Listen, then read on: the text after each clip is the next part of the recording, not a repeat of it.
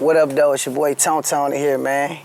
Come walk a mile with me, dog, with For Show Mag. You know what it is, man. Let's get it. And I'm from the east side. We're on the east side right now.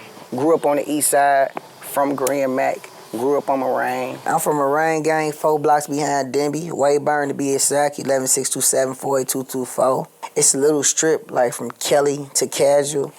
But it's a bad motherfucker, man. I promise you. I was born on Grand Mac, though. But I moved to Morang when I was 6. It just shaped me, man, like to some whole other shit. Like, from Grand Mac, I'm gonna go back there. Like, from seeing my uncle get murdered when I was 5 years old on Grand Mac and seeing my other uncle get shot up. You know what I'm saying? My other Uncle Low, he survived. My Uncle James died. That's what really traumatized me. And it made you be like, I think traumatized is gonna make you either stand on some shit or make you be afraid of shit. And it just made me stand on shit from that day forward. I seen my uncle get killed in my face. It's the first thing I seen in my life. You know what I'm saying? He grabbed my hand and said, take care of the family. I always felt like as I got older, that was like some type of torch of a blessing for everything that happened after that. When he grabbed my hands with that blood and just squeezed it. And I was scared as hell. Looking at him just die with his eyes open. My uncle who got murdered, he was a pastor, minister at 48 and still was a virgin. So I couldn't understand why that happened to him, you know what I'm saying? And it just shaped me to a whole nother person. But music really saved me from being that whole other person for real, for real. You know what I'm saying? Then growing up on Morang, from, like I said, that little strip, it ain't really nothing but killers over there from Morang to Whittier, bro. I ain't gonna cap on Wayburn. You know what I'm saying? You become a man early over there, for real. Not just over there, just Detroit. I think if you don't got a household of a mother and a father together, it's kind of like the streets start raising you or some shit like that. You know what I'm saying? Coming up, we like to go to high school parties all the time, to tech man parties and shooting dice and doing our little things, stealing cars and shit, retagging them, selling for $250, and I always watched my Uncle Mike. He started off rapping, and he started writing my rhymes for me. That's how all the rap stuff happened. You know what I'm saying? I never wanted to rap. It all paid off. But before all that, I always loved shooting dice. Like, that's, like, right here, I started shooting dice when I was 12. Like, that's how I made my living. That's how I got what I wanted when my grandmother and mother didn't want to give me what I wanted. Growing up, you know what I'm saying, in my household, you know, my grandmother, that's why I rock the pearls, like, sometimes I take all the jewelry, just rock the pearls, is her favorite. But I grew up, she was like a first lady of the mother of the churches, something like that, you know what I'm saying? So I grew up around a holy woman, a church woman, you know what I'm saying? So my mama always was, you know, she's running streets, doing her thing, you know what I'm saying, running around. And my pops, he was off on a whole nother, you know, he from the east side, but he was doing his own thing. So I really grew up with my grandma raising me. Like my mama, that was more like my sister, because we was all staying with my grandma, if you know what I'm saying. A couple people been in them situations, you feel me? But I grew up raised by my grandma, you feel me? So that's where I get a lot of wisdom from, and a lot of, like, I got a lot of respect. You know what I'm saying? My respect go deep, and I stand on there. I get that from, like, my grandmother, you feel me? I grew up like that. And then when she passed away, like I said, once I woke up and found my grandma gone, you know what I'm saying? And it fucked me up. So she left me the house. I'm 17, I got my little brothers, I got all these people with me I got to take care of at 17. So that's when, like, I had stopped going to church, because I grew up playing drums in church. So I stopped going to church around 16, but she died like a year later. So when she died and left me the house, that's when I always like running around doing little stuff here and there, but that's when I jumped off in.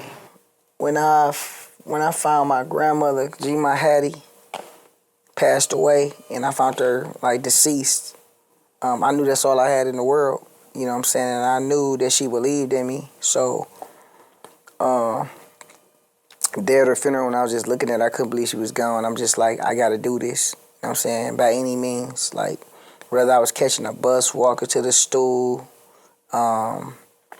hustling, getting the money for the stool, whatever it was, I just gotta do this, because she used to call me a genius, you know what I'm saying? So, and I never understood why she called me that, you know what I'm saying? But she just believed in me, so that's what really shaped me, just to, like, make my grandma, my Hattie happy. I ain't had nobody to tell me this right, this wrong, and all I knew, I had to keep up with this house and put food in my little brother's mouths, and people, my little cousin mouths. Everybody know my little cousin, R.J. Lamont. Like, I raised him, you feel me? Like, I had to make sure they was good, you feel me? So I did what I had to do, but not because I wanted to, you know what I'm saying? It's just something I had to do.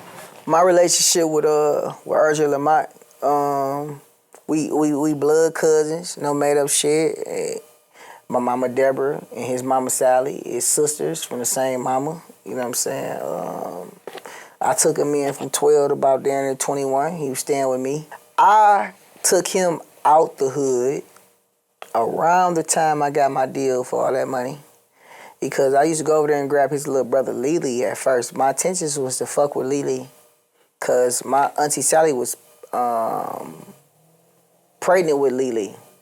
And then she had him. But the thing is, RJ Lamont seen his brother D-Shine. It's D-Shine, Ray-Shine, and Lee-Shine. D-Shine got murdered by his father girl. His father left my little cousin D-Shine with his girl. And he peed and shit on the floor. And she beat him. You know what I'm saying? He died in my auntie Sally lap, shit type shit. You know what I'm saying? So Ray Sean was right there. RJ was right. I don't know if you're calling Ray Sean. I'm calling Ray Sean was right there and witnessed it. You know what I'm saying? So anytime y'all think he be acting scared and some weird and whatever he act that traumatized him. Like I seen my uncle get murdered at 5. It's either gonna traumatize me. It's gonna make me stand on business or make me be scared of business. And I guess because I seen the murder, it made me and my Uncle Lo stand on business. You get what I'm saying? But he seen a beating. That might be way worse than seeing a murder because you got to go through the whole, that's die slowly type shit. You know what I'm saying? But I introduced him to the gang. I went and got him off Wayburn. I used to go on Wayburn to see him in a room by himself. And I'd be like, damn. I pick Lee-Shine up, his little brother. Have Lee-Shine with me all the time. Lily. Because Ray and Lily.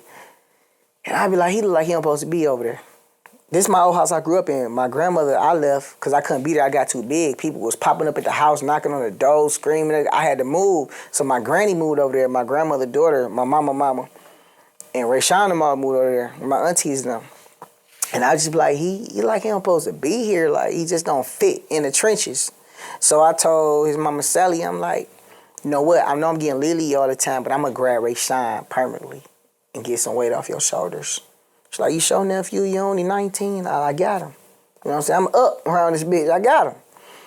I enrolled him in Novi High School in I got him 8th grade summer. Novi High School enrolled him. And he been out the hood ever since, and I just grabbed him. Growing up, I had a few influences. I want to say Tupac was my main one. Like, when I was 12, I went and got 313 thugs on my stomach. He said anybody with thug life on their stomach tatted is guilty. I went and got this shit for don't know why. Got his whole face tatted on my leg. Like Tupac, like a big inspiration. And influence. I want to say my Uncle Mike, he started me off rapping. He wrote my first bars, you know what I'm saying? I want to still thank him to this day because he made me rap when I didn't want to rap. And I just feel like that saved my life. The moment I decided to take rap serious was, I want to say when I did this talent show with my Uncle Mike, 94 East. That was his group, and I was in it. The verse he wrote for me, when I said it, it was like a younger show. So you know, you young, you gonna attract the young girls out there.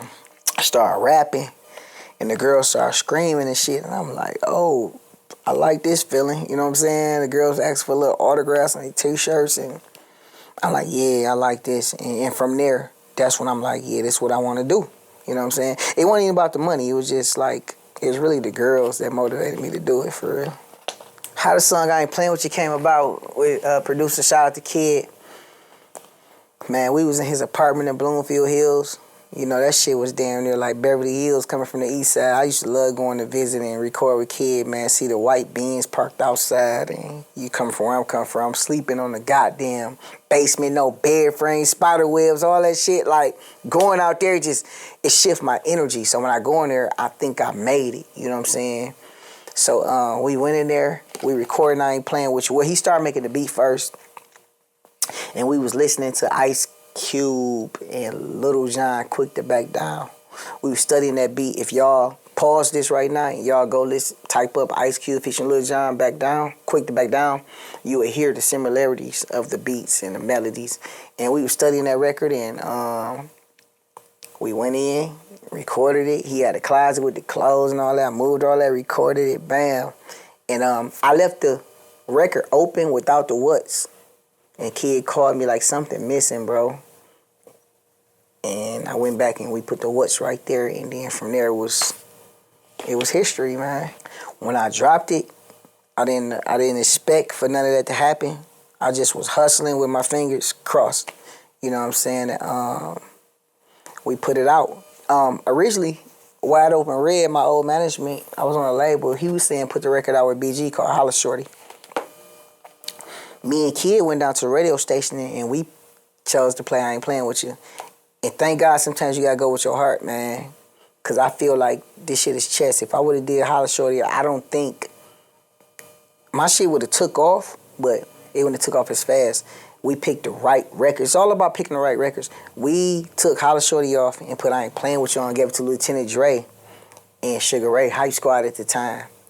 And when I left that station, man, once they got that record, it never went off. It was 80, 90 times a week. And the labels was calling, everybody was calling, Swiss Beats calling, trying to sign me, Jazzy Faye calling, trying to sign me. Next thing you know, signed for $3 million. I come from an era where we caught the attention, you know what I'm saying, of the labels, and we caught the attention, broke the curses, and went through all this stuff when I went to meetings. Man, I'd play certain records. They'd be like, oh, no, that sound like Detroit, and we cool. I had to play other records. But they had to give in to I Ain't Playing With You because it was a hands-down, going crazy record. But I play all the other shits, it's like, that's too Detroit. So now for them to want to sound like Detroit and do Detroit music, man, that shit so lit. I got the relationships with the radio stations. I want to say, first off, you got to make some hot shit. Or at least some okay. Because relationships, you can make some okay shit and the relationship can make it hot. You know what I'm saying? So I'm not going to say hot shit. I want to say it's all about hospitality. It's about energy, vibrations. Like when I walked in there, we got chicken for them. We got a bottle of champagne for them. We got a letter saying thank you. And I don't think this was getting done at the time. So they like, whoa, this different. Like, and he from the crib. We have to support this. A thank you letter, pan of chicken, champagne, balloons. Like, I think it was more so my presentation, my presence, or how I approached them. It's all about your approach. It's like trying to approach a female. It's like you're gonna be like, hey, down with attention. Excuse me, miss, might get the attention more. So it's all about my approach I did. And once you approach somebody and they take a liking, it's pretty much good and locked in. We at Finney right now. This is where I went. But my Finney, they tore it down right over that way. You feel me? Right over that way. But it's still greenhouse, you know what I'm saying? I went here for 2 semesters in 9th grade before I dropped out. And the reason to me dropped out, trying to get some fast money, because I wanted to be fresh and stuff like that. Yeah, but it's a lot of memories because I still used to pull up here.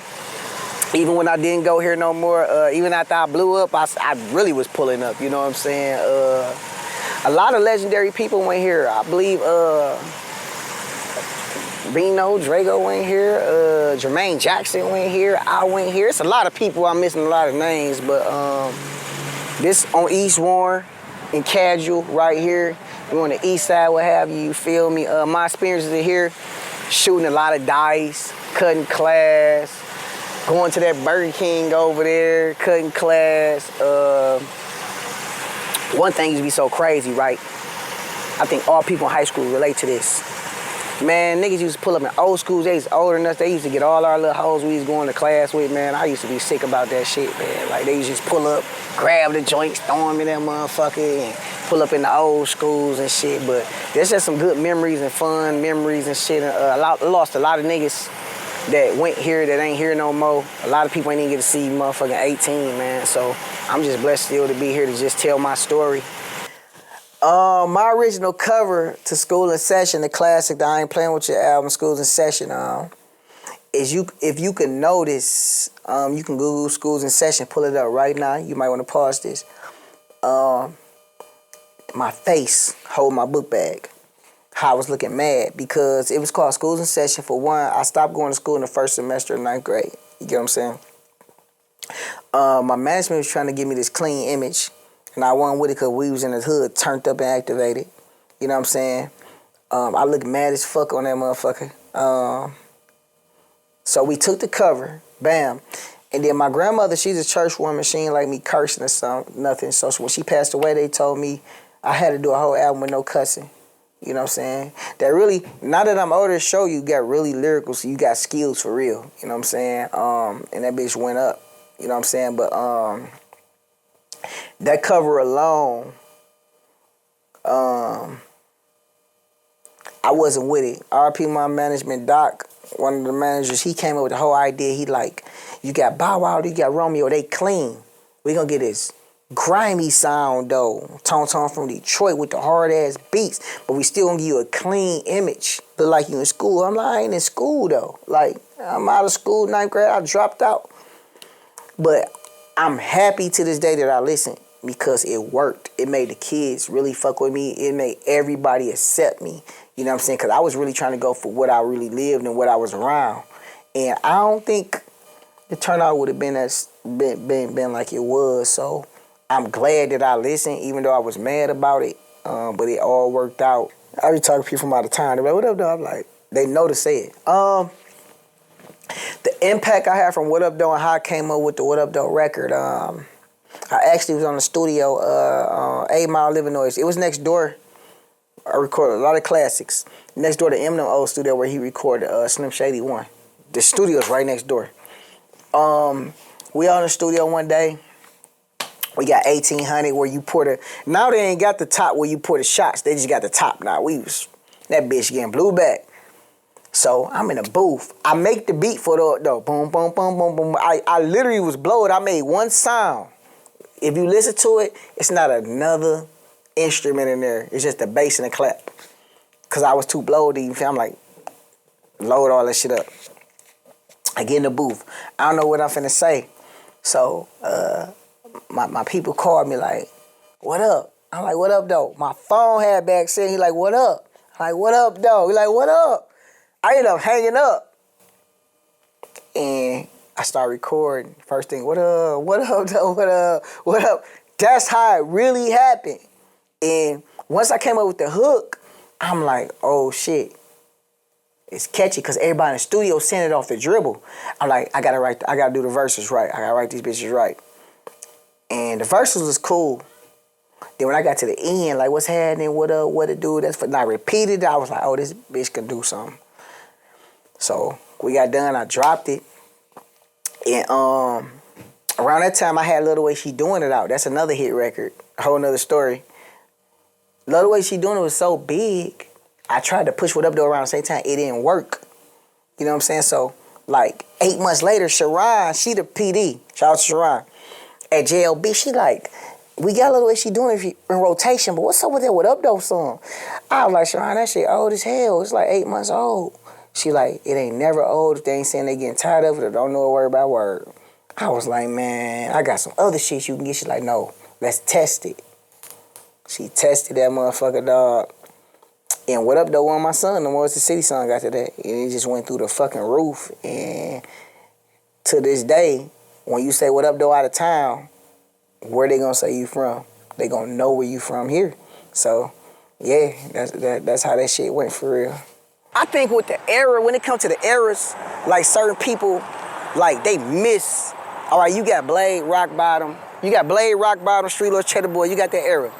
Then you got like me, Tone, Stretch, KDZ, Lodge Boys, Made West. You got the middle. Then you got Team East, Dope Boys, and all that going. But it's like a lot of people miss that middle era. And I'm about to tell y'all right now why they miss it. It's because our era, we was going through a change. It was going from vinyls and all that type of stuff to digital. It was switching over to MySpace. They was switching over to YouTube, Facebook. So, and with that era as artists, we was like, man, we ain't messing with that shit. We still in the streets with hard copies. And we kind of missed that whole play of everything switching over. We got caught in the middle of that. So I think that was the difference of everything between the Street Lords. Even though the Street Lords, they was an era before us, but that's what they was programmed to do and beyond. We got caught in the middle of the switch up. But what I can say is to this day, right now, Blade got some too, but I think the most, like our era got some timeless ass records from What Up Doe Takes Money to Make Money in My Hood, just them 3 alone. Them like the top 3s, like out of 10, them top 10 timeless records ever. So that era we got, I think that era is a real timeless ass era, man. Like it's a lot of timeless music, even with Lodge Boys. It was a lot of people back then. Mae West, it was a lot, but it was a real timeless era. That was a timeless era, but like I said, the digital stuff started coming, and that's what happened. You know what I'm saying? The digital shit kind of like not fucked it up, but we kind of didn't pay attention. We waved our hand at the digital stuff, so I think that's what went on with that. But like I said, I was probably like, besides Eminem, right after Eminem, first the hood in the streets, I was the first person to really get a record deal for the young niggas and get $2 million off that shit. So a lot of people probably don't know that either. You know what I'm saying? So that was something cool to do. You know what I'm saying? And it's just a blessing to still be up and running and people still fucking with me. So I can't even trip off none of this 20 years later. I think far as like the East, the West, is good to see us all, everybody working together, man. Even with the Team East Doughboys thing, like, and the Doughboys, to see that happen, it was like, that shit down there crushed me because I knew how much money they could have been making together rather than beefing. And it's good to see they got it all settled out. But I seen it all happen before with the Cheddar Boys. We all seen this happen with Cheddar Boys and Street Lords. And I was outside around that time, and just to see all that happen, being at the candy bar, watch certain stuff happen, and this happened with so-and-so, just see it repeat itself. And I just amend them and I salute them for being on some grown man shit and setting an example in the city and show it ain't that motherfucking deep. We can all be cool. We can all show each other love. And I'm just happy to see them break that whole little shit. You know what I'm saying? So when the next generation, they beef, they feel like, okay, it might be okay to squash it. Ain't no pride in the way because they seen the people who influenced them to squash it. So I amend them, I salute them on that, man. Like real talk, because like with me and K-Deezy, he was like the hottest nigga from the West and I'm the hottest nigga from the East. People was trying to make us beef, bro. They was trying to make us beef. Like he had some shit at the in River Rouge. I can't remember what it was called. He used to be on the radio live. I'm signed at the time. I popped back from Atlanta. I'm outside in my hood blowing up. I'm like, damn, okay, I'm going to fuck with Dog Kid doing his beats. Then somebody said, don't let me in. Don't let me and my crew in.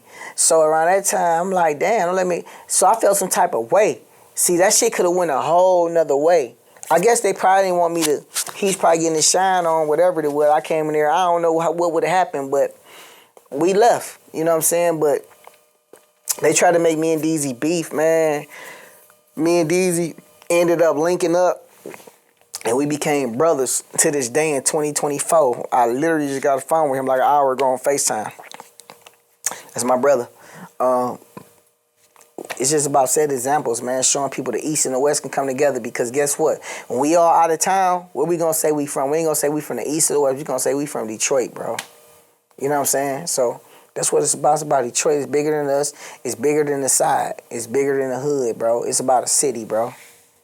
The hardest lesson being in the industry that I learned or whatever, I want to say when you on fire, when you lit, introducing or letting people in that don't deserve it. You know what I'm saying? Because that'll fuck shit up. Like, because especially when you're a good person with a good heart and people motives don't be right. So you let people come enjoy all this and all that, and then let's say something slow up, and then what? Everybody gone. You know what I'm saying? You can't call a soul, you can't do nothing, but when it's popping, your phone don't stop ringing, your shit down there die because it's slapping so hard.